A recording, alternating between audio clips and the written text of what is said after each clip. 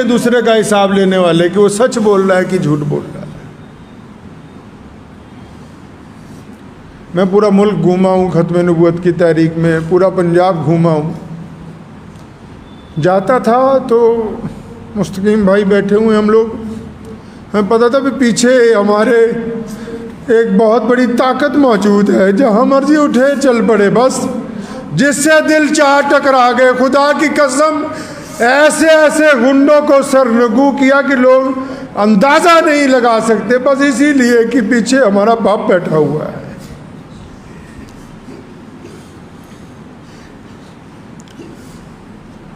हमें पता है कि जाने वाले वापस नहीं आते।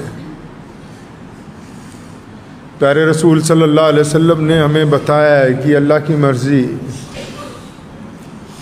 लेकिन अगर हम चाहें तो वो हमारे दरमियान ज़िंदा रहेंगे। जो परचम उन्होंने लगाया, अगर इसको हम ज़िंदगी के आखिरी सांस तक कायम रखें तो वो हमारे दरमियान है। गरीबों की मदद का जो सिलसिला शुरू किया, अगर हमने इसको कायम रखा तो फिर वो हमारे दरमियान है। मस्जिदों की आबादकारी का सिलसिला जो उन्होंने शुरू किया, अगर हम उसको जारी रखते हैं तो फिर वो हमारे दरमियान है। तहरीक ख़त्म नबूवत को अगर हम जारी रखते हैं तो फिर वो हमारे दरमियान है। और मैं आपको यकीन दिलाता हूँ, मैं किसी काबिल तो नहीं, बहुत गुनहगार आदमी हूँ, लेकिन आप यकीन रखें कि जब तक मैं, मेरे साथी, हम लोग ज़िंदा हैं तो इस मिशन को इंशाअल्लाह ख़त्म नहीं होने देंगे। और जब जाएंगे ना तो इसको मजबूत हाथों में दे के जाएंगे इंशाअल्लाह। जिस तरह हमारे वालिद ने एक मजबूत फ्रंट लाइन तैयार की कि कोई परवाह नहीं।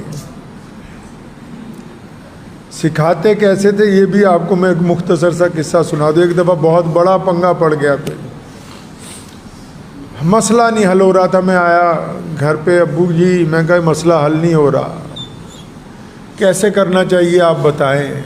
2 लफ्ज़ों में, पुरानी बात बता रहा हूँ आपको, 2 लफ्ज़ों में कहने लगे ऐसा है, जो मेरे मरने के बाद करना था वैसे करो। मतलब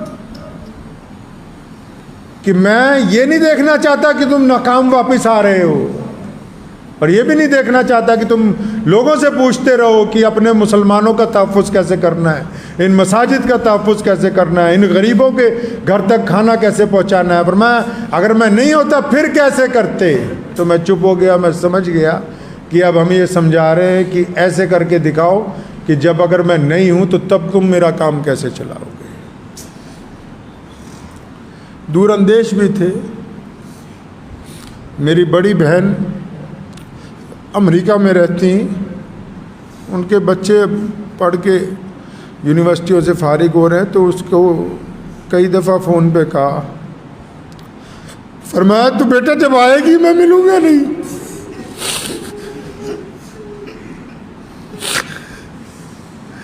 तो ये इस साल भी फिर, तो अभी जब ज़्यादा बीमार हुए तो उनका फ़ोन रोज़ आता है मेरी हमशीरा का। तो मैंने कहा बाजी आप जल्दी आए, आपसे अब्बू मिलना चाहते हैं।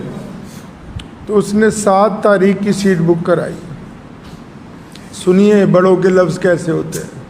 आज 10 तारीख है, 7 तारीख की सीट बुक कराई शिकागो से दिल्ली के लिए, और मुझे 8 को उसे लेने जाना था। तो वो 7 को जब एयरपोर्ट पहुंची तो एयरपोर्ट वालों ने कहा कोरोना टेस्ट कराया। उसने कहा हाँ जी कराया है।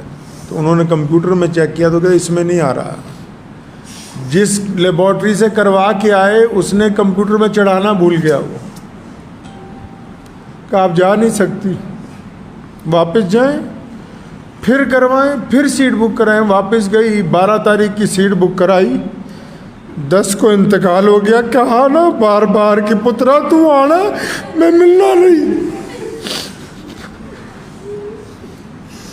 मैं जब तू आएगी मैं नहीं मिलूंगा।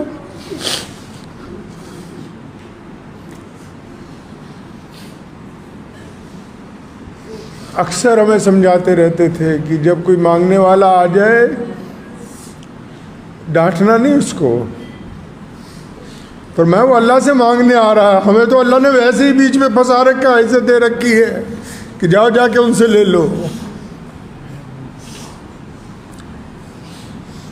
बाज़ औक़ात हम नहीं होते थे, कहीं सफ़र पे चले गए, कोई गरीब मुसलमान आ गया, कोई काम पड़ गया तो खुद ही उठा के सीधा ही थानेदार को फ़ोन करते हैं। बाद अफसरान परेशान हो जाते, भाई शाही इमाम साहब का ही सीधा फ़ोन आया, क्या बात हो गई। कितने गैर मुस्लिम दोस्तों को फ़ोन करके उनकी खैरियत पूछनी, खाना खाने बैठते थे खुद बाद में खिलाते, अपने मातहत जो साथ में बाहर जाते सिक्योरिटी वाले की पहले उनको खिलाओ। कुछ बेहतरीन पके तो जितने गैर मुस्लिम जानने वाले कि भाई उनके घर भिजवा दो पहले। उन लोगों के लिए दुआएं करते रहे जो उनके लिए बद्दुआएं करते रहे। बड़ी ख्वाहिश थी मुझे, कहने यार मैं हज करना है, तो सिर्फ उम्रे पे एक दफ़ा जा सके। हुआ वो यूं कि इंग्लैंड जा रहे थे तो मुझे कहने लगे उम्रा करना है। हम दिल्ली गया तो पता लगा उम्रे का वीज़ा नहीं मिलता हज के दिनों में। एम्बेसी वालों से मैं मिला, वो कहते वीज़ा नहीं मिलेगा। तो मेरे दादा मोहतरम शाह सऊद अव्वल के दोस्त थे जो सऊदी अरब का बादशाह है, जो अब जो बादशाह है उसके दादा, यार तुम हमें इजाज़त ही नहीं देते हो उन दिनों में जब आम लोग नहीं जा सकते।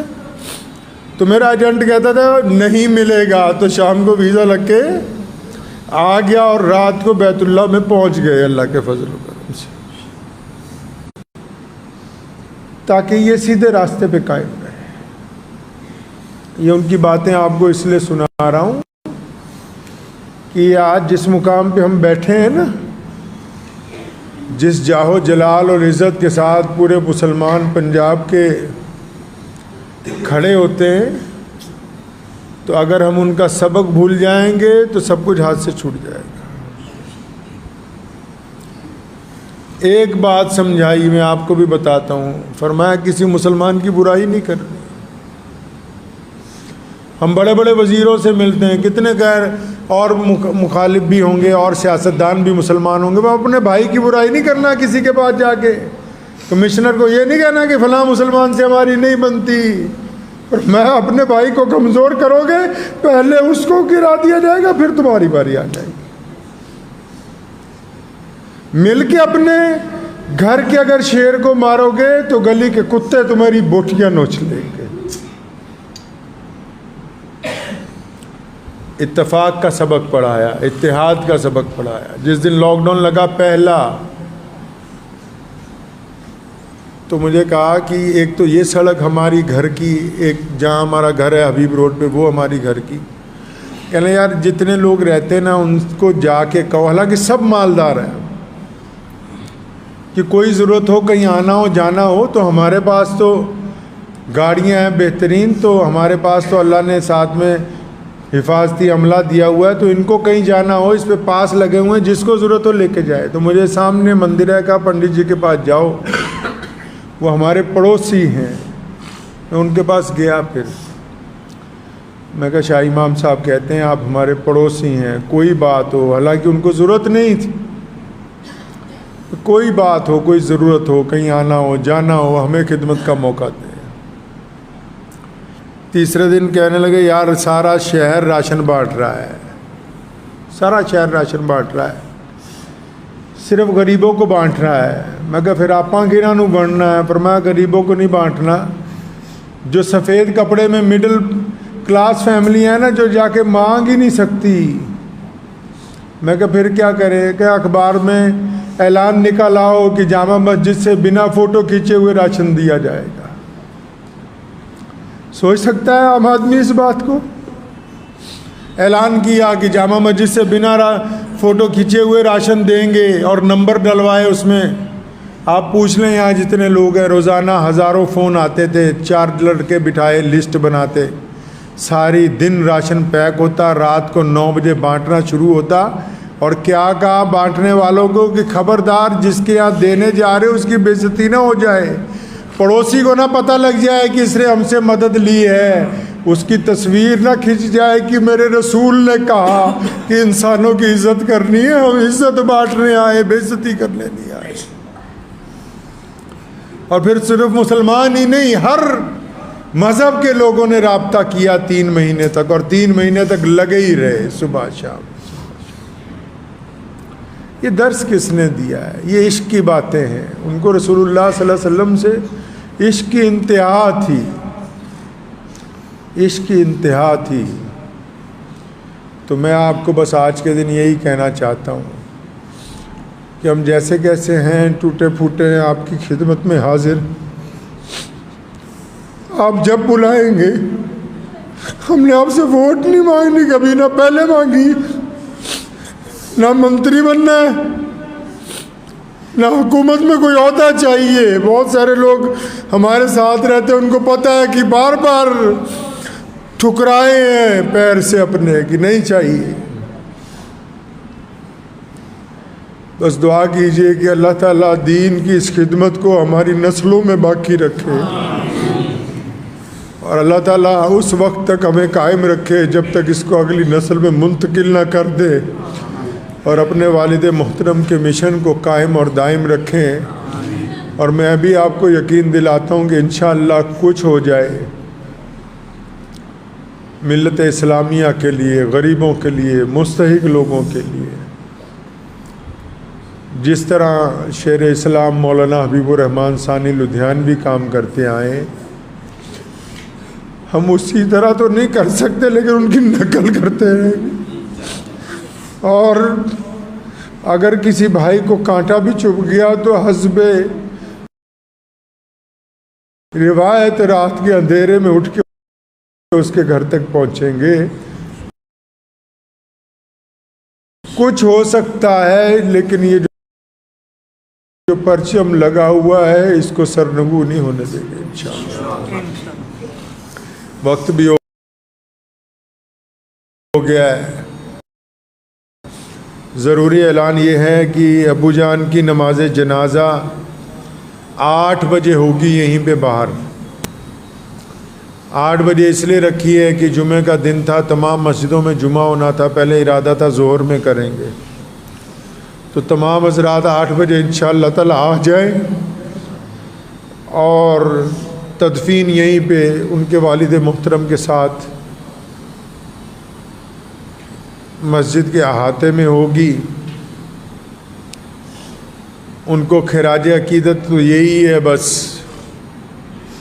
मेरे दादा मोहतरम का 24 रमज़ान को इंतकाल हुआ, तो इंतकाल से पहले अबू को बुलाया, ज़ुबान बंद हो गई थी, हाथ से इशारा किया, फरमाया नारे लगवाएं जाके। हमारे बाप ने कानपुर गए, हलीम इंटर कॉलेज में मायावती मुख्यमंत्री थी, बुला लिया उसने कि तकरीर करेंगे। तो मौलवी होगा कोई अच्छी तकरीर कर देगा। तकरीर करते करते काशी राम को दावत इस्लाम दी, और फिर अल्लाह अकबर के नारे लगवाए। तो मैं समझता हूँ कि उनको अच्छी खिराज अकीदत रसूलुल्लाह की ये सुन्नत है। कहा करते थे कि मिसवाक रखना भी सुन्नत है, नारा लगाना भी सुन्नत है। मेरे साथ मिल के 3 नारे लगा ले और दुआ करें अल्लाह उनकी मग़फ़िरत फरमा दे, जो कताइयाँ गलतियाँ हुई अल्लाह माफ़ फरमा दे। 5 बजे हमारे घर से जनाजा यहाँ पर आएगा, हबीब रोड पे, जो ब्राउन रोड नई वाली मस्जिद है उससे थोड़ा सा और आगे जाएंगे तो वहाँ पे हबीब रोड है, वहाँ पे घर से जनाजा 5 बजे उठाया जाएगा। 5 बजे वहाँ से जनाजा यहाँ पे आ जाएगा, और फिर यहाँ 5 बजे से लेके 7 बजे तक जो लोग ज़ियारत करना चाहेंगे, देखना चाहेंगे, वो देख सकते हैं। और उसके बाद 8 बजे नमाज जनाजा इंशाअल्लाह पढ़ा के यहीं पे तदफीन होगी। ये जो प्रोग्राम मैंने आपको बताया है व्हाट्सएप और फेसबुक के ज़रिए बाकी साथियों को भी बता दें, ताकि जिनको ना पता हो, मुगालते में हो, उनको पता लग जाए। मेरे साथ मिल के बस 3 नारे लगा लीजिए इंशाअल्लाह ताला। आज इरादा नहीं था, हिम्मत नहीं थी। पहले मुस्तकीम भाई को मैंने कहा 1:15 बजे 15 मिनट के लिए बोलूँगा। फिर हमारे मोहम्मद अली भाई आए हुए हैं किराना से, तो उन्होंने मुझे आके इसरार किया कि नहीं आ जाओ। तो मुझे अपने अब्बा की बात याद आई। फरमाया जब हादसा हो जाए, परेशानी हो जाए, मेरी दादी का इंतकाल हुआ, मेरे दादा का इंतकाल हुआ, जमात का जब टाइम हुआ, सारे काम छोड़ के आके नमाज में, फरमाया यही वक्त है, यही वक्त है। अभी पहचाना जाता है मोमिन के जब जरा सी मुसीबत आई उस वक्त नमाज भूल गया। बरकत से अल्लाह उनकी मगफिरत फरमा दे। नारे तकबीर, बात नहीं, नारे तकबीर, नारे तकबीर, इस्लाम, इस्लाम, खत्मे नबूवत, खत्मे नबूवत, नारे तकबीर।